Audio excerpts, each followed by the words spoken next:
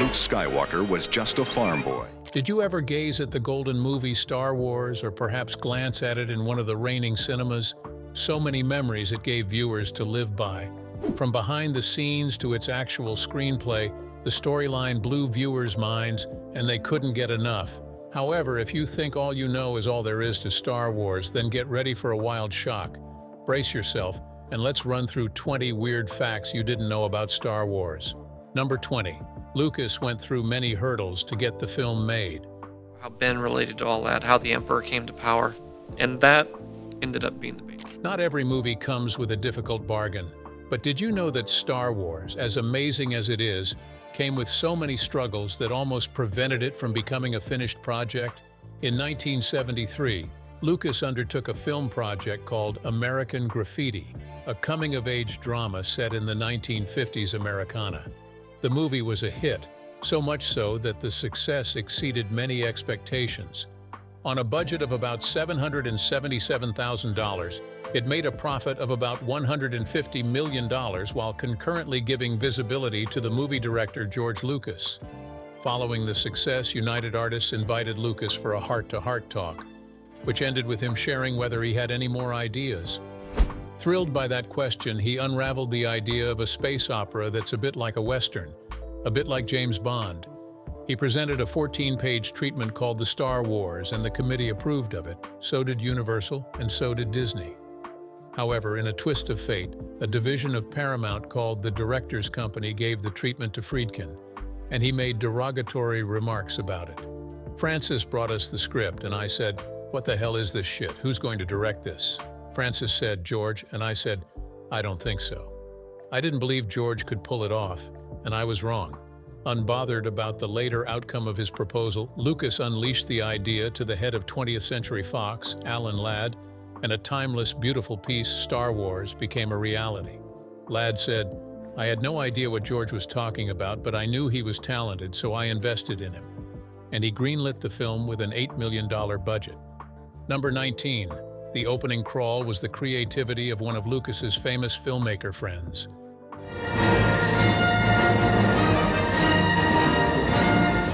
Did you know that even the best films undergo rigorous testing and scrutiny? So did Star Wars. Are you aware that before Star Wars hit the cinema, Lucas took a risk and tested his ideas in the film with his filmmaker friends, one of whom was Brian De Palma? In an orderly way, Lucas played the version of the film he wanted to screen test, laying back for honest feedback. In clear observations, it was obvious that it didn't have an opening crawl. He simply dropped the audience into the middle of his alien world with no context. De Palma quickly picked up the lapses, saying he had no idea what was going on, but that Lucas needed a prologue to make it more perfect. Lucas bought the idea and took it upon himself to write 6 long paragraphs of exposition. Thinking he had written a perfect line, he showed it to De Palma, who said, "George, you are out of your mind. It's gibberish, and it goes on forever. It appears to have been written on a driveway. Let me write it for you." Eventually, De Palma took it and turned the 6 paragraphs into a wonder, and that was how the opening crawl in Star Wars was born. Number 18. Movie theaters denied the movie airplay at first. I think, well, as close as I could get to that was this film about. The movie Star Wars, which went on to become one of the most watched films in Hollywood history, didn't happen all at once. It fought its way to the top. When 20th Century Fox tried to distribute the movie to theaters, it was vehemently opposed by several of them. Only about 32 of them agreed to show it. It was truly a tug of war, but Lucas was never perturbed. Then Fox devised a strategy to state that any cinema that refused to air the movie would face a penalty that would deny them the right to screen it. This worked for the good of the movie, and by late summer, Star Wars was already a known movie playing in 1,098 theaters across the U.S. This marked the beginning of an endless, flawless victory, and the rest, we say, is history. Number 17. Star Wars re-engineered the movie industry. Not many people know that the movie Star Wars marked a turning point not just in Hollywood, but in the movie industry worldwide. Before the movie was released in cinemas, very little merchandise for the film was available. However, Star Wars changed all that, as Fox granted it full merchandising rights. This was a stat that was non-negotiable before its release. Since the debut of Star Wars in cinemas, it has grossed over $10 billion at the box office, and when you throw in all the merchandise, it skyrockets to $40 billion. Not many movies have achieved this feat. Star Wars opened the doors for movies like Masters of the Universe, Transformers, and Teenage Mutant Ninja Turtles, and today, it just can't be overlooked, but given its flowers. Number 16. Another legendary filmmaker was a big influence on the movie. California, and the movie theaters there didn't show, much beyond. Hardly do you see filmmakers acknowledge themselves when it comes to shooting a movie. However, Star Wars did the unthinkable. Do you remember the famous Japanese director Akira Kurosawa? The opening shot of Star Wars, where a huge destroyer attacks a rebel ship and rolls across the top of the frame, is one of the most iconic in history. Did you know that the concept was not actually his? It was coined during an event in a strange world by the Japanese director. Not just that, the storytelling in Star Wars was also a product of Kurosawa's intelligence. In 1958, the Japanese director made a film called The Hidden Fortress. It's a story about rescuing a princess, and it's told from the perspective of two peasants who become entangled in the narrative. Lucas re-engineered the peasants to droids and decided to start the story in Star Wars from their perspective. Additionally, the famous transitional wipes used in Star Wars to move between scenes were also borrowed directly from Kurosawa's film. The Japanese director was a big inspiration, and Lucas himself wouldn't dare deny it. This he had to say at the time: Kurosawa would open up in the middle of the 14th century Japan and not explain anything. He trusted his audience. I thought, not only does that work, but it works great. And that's where it came from. Number 15. Darth Vader would have been very different from what we know. How much is some? Well, I have a great-great-grandmother who was from Ireland, yeah. Pat Roach, a well-known actor, attempted to audition for the role of Darth Vader, but David Prowse was ultimately cast. James Earl Jones was responsible for the deep, powerful voice. Initially, Lucas had in mind to have Orson Welles read Vader's lines. Engulfed with the thought that Welles would have been too recognizable, Lucas opted for James Earl Jones, and he undertook that role. This was a slap in the face for David Prowse. Feeling irritated, he communicated his frustration. "I was a victim of reverse racism. Because of the lack of black actors in the film, they were scared of losing a slice of their audience." It wasn't just disapproval of the role for him. It was betrayal, underestimation, and discomfort, as he saw from his perspective. Number 14. Peter Cushing didn't initially get the script. Berman and Nathans had looked after me, man and boy, for years and years and years. How often do you hear about scripts for movies arriving later than expected? Not many times. It's quite shocking to know that the legendary Peter Cushing waited for so long before he could deliver a masterpiece. Legendary Hammer horror actor Peter Cushing played the menacing Grand Moff Tarkin in the film, but Lucas at first had a different observation from that. He had wanted him to play the role of Obi-Wan Kenobi. When he offered him the role of Tarkin, Cushing said, "What's a Grand Moff? Sounds like something that flew out of a cupboard." Lucas said he hired Peter Cushing because, "I feel he will be fondly remembered for the next 350 years. Cushing reluctantly took the role, but was met with frustrations that came with certain scenes. He actually found the Imperial uniform very uncomfortable to wear, and he struggled for many days. This became a challenge he needed to overcome, and Lucas was in his corner, offering the necessary support. In scenes that featured him in mid-shot or close-up, Cushing wore fluffy slippers instead of the long black boots that were designed for it. This went on until he had mastered it all. And today, all we can say is that he did a beautiful job, one that cannot be overstated, in the years to come. Number 13. Lucas had to deal with problems during the shoot. I've kind of lost control of Star Wars, so it's going off in a different path than what I... Every movie has challenges typical to its kind, but those of Star Wars were something else. It could make one abandon a project, yet Lucas kept his cool and still went on to create magic. Considering all the issues he dealt with during production, it's surprising that the movie was released and became a big hit. First off, it was the issue of rain. The Tatooine scenes in the first act of the movie were filmed in Tunisia. However, on the first day of filming, Tunisia was plagued with its first major rainstorm in 50 years, disrupting every one of their plans. They had to wait for many days before finally kicking off. It was long, and the technology began to develop unnecessary faults. Particularly getting R2 to behave and move as required was way more difficult than they had thought. This further delayed some necessary scenes. Thinking he was done with every challenge, he met another at Elstree Studios in England. Some of the later scenes were filmed in the studio, but rather than allowing Lucas to have a spree of non-disturbance, he was given strict jurisdiction of 5 p.m. This again delayed things, yet he didn't panic. To cap it all, the movie was under budget and stopped shooting for 2 weeks after they ran out of money. However, Fox approved another $3 million, and they continued. Number 12. Lots of big names auditioned for Leia too. The making of Star Wars required a role called Leia, and finding the perfect cast was a significant challenge. A huge casting process was conducted to find the right character for Princess Leia. Thousands of actresses auditioned. Some of the finest names you might know are Karen Allen, Nancy Allen, Kim Basinger, Bonnie Bedelia, Glenn Close, Gina Davis, Farrah Fawcett, Melanie Griffith, Barbara Hershey, Angelica Houston, Margot Kidder, Jessica Lange, Jane Seymour, Sybil Shepherd, Sissy Spacek, and lots more, all auditioned for the role. The role was also turned down by a famous actress, Jodie Foster, purely on the basis that she was already working on 2 other films. Then, when Carrie Fisher auditioned, Lucas said he was comfortable with her and liked her straight away, because when she walked in, they asked her, "Are you Debbie Reynolds' daughter?"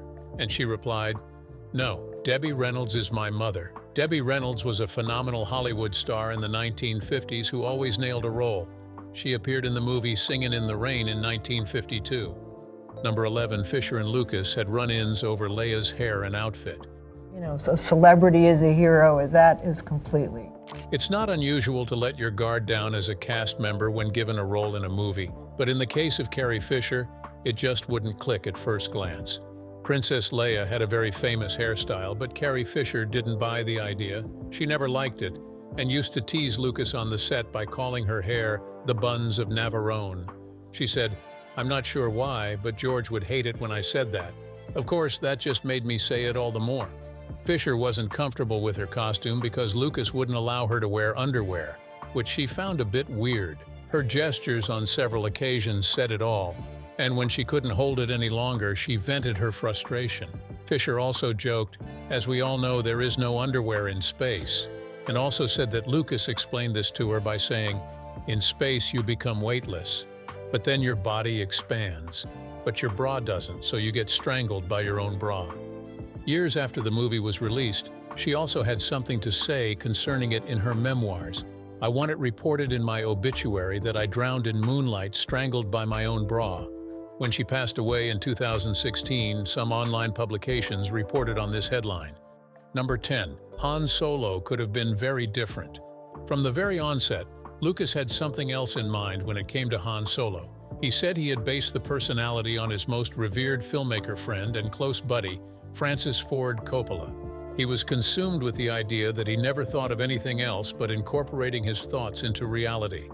His initial plans for Han Solo were to cast a black actor in the role. Several people auditioned, including Billy D. Williams, who later played Lando Calrissian in The Empire Strikes Back. However, Lucas only settled for Glynn Turman, who was popular for appearing in Cooley High in 1975. Thinking he was satisfied with his decision, the next few days only revealed how dissatisfied he was. Lucas changed his decision and opted for a white actor who was later cast in that role.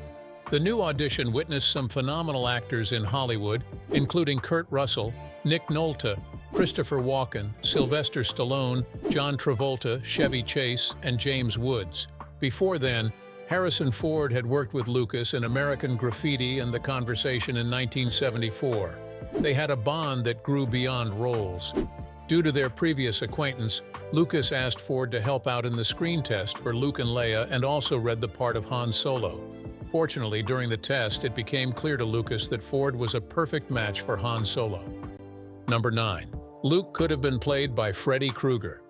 Often we hear in movies how a particular cast member missed out on a role for reasons synonymous with the movie world. Star Wars was no exception. Lucas was enveloped with the fact from the very beginning that he wanted an unknown actor to play Luke for reasons he was comfortable with. Several unknown names auditioned at the time, but none came close to his match.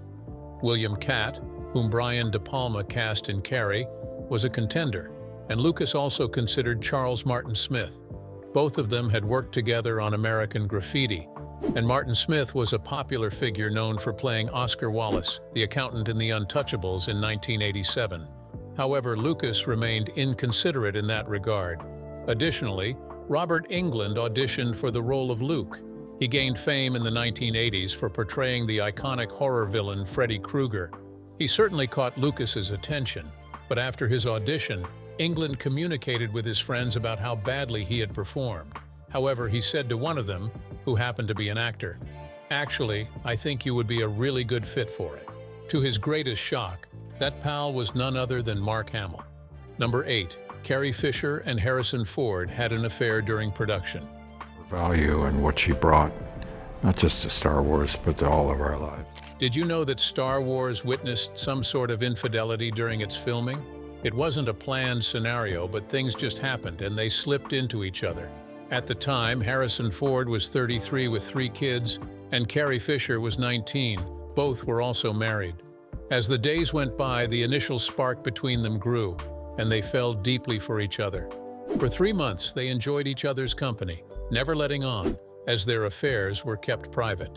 Years later, Fisher's thoughts on the matter were published in her memoir, The Princess Diarist.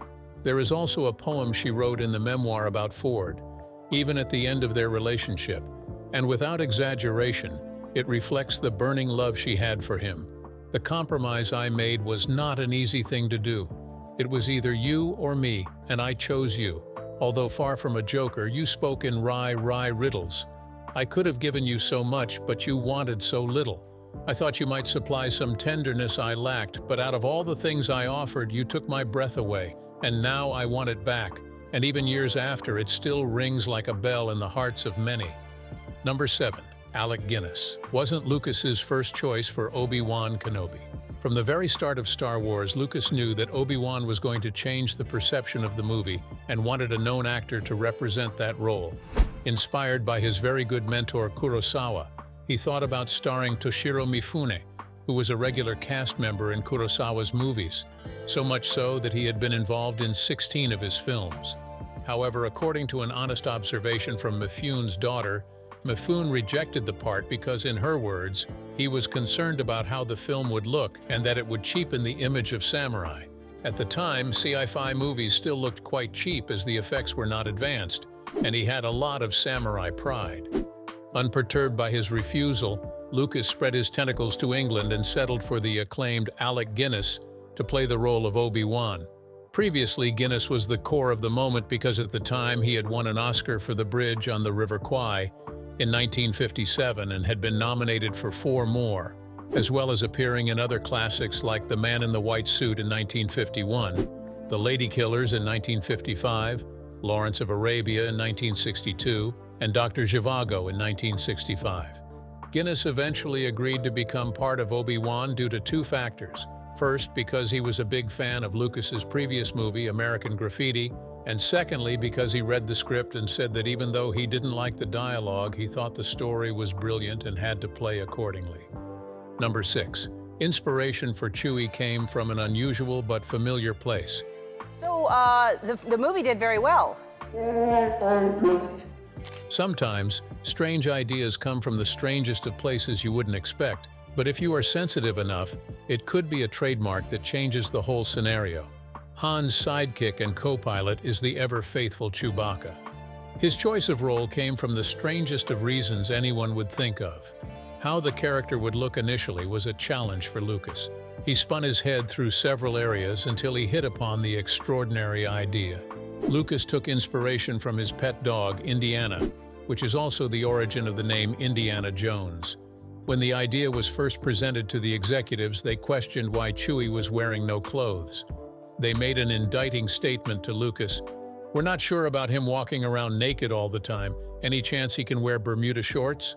Lucas immediately made his stance clear. "It's all right, Chewie doesn't have a P***NIs, which bizarrely appeased the studio. This was a turning point for the movie that many didn't see, yet it went on to make the movie one of the best that Hollywood had ever seen. Number 5. The deal Lucas struck with the studio was pretty lucrative.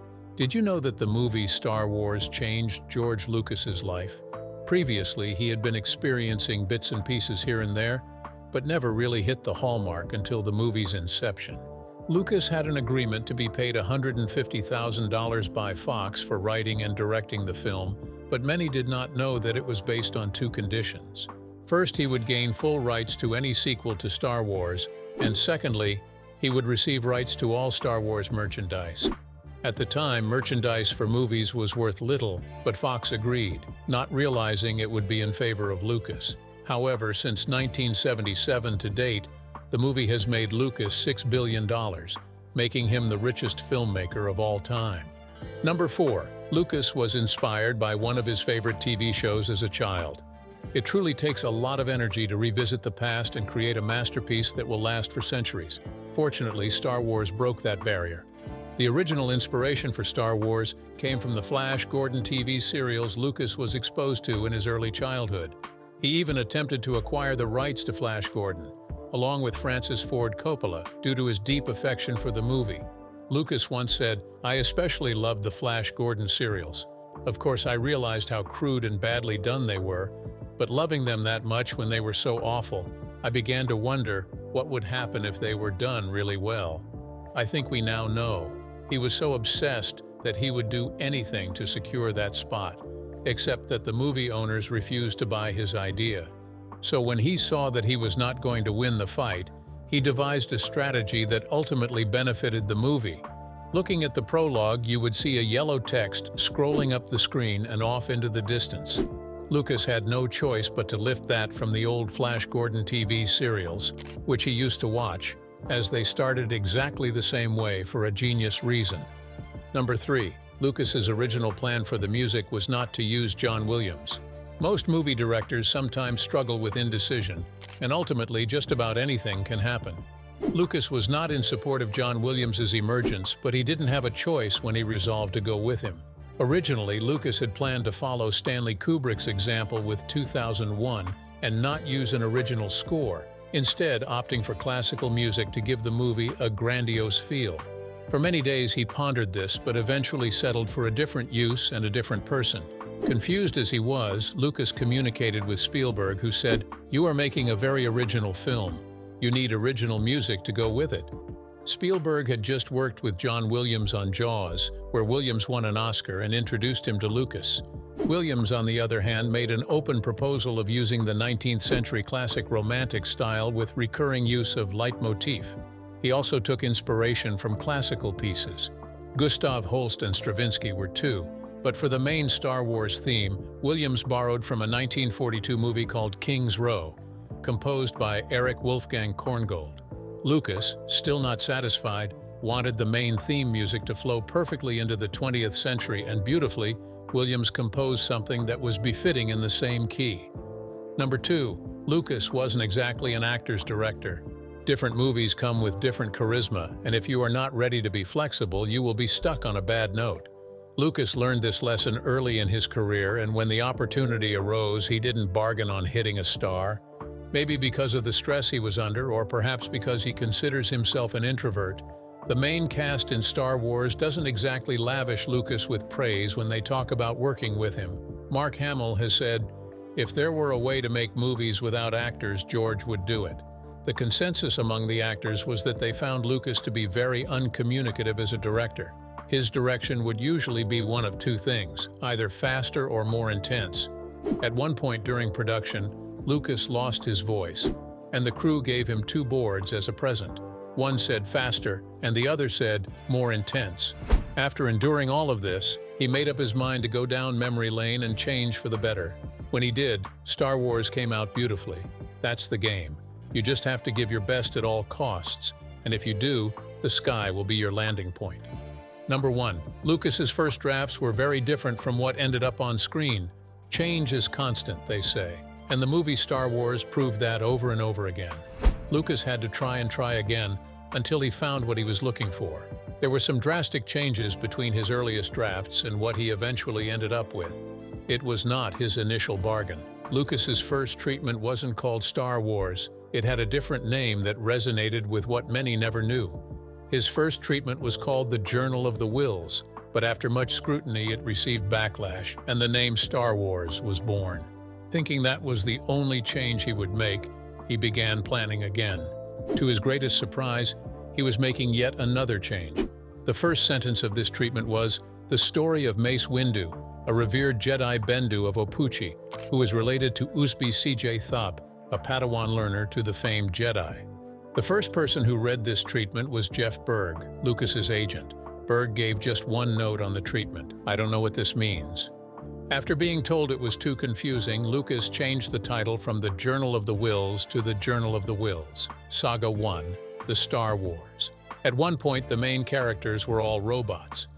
At another point, they were all dwarves.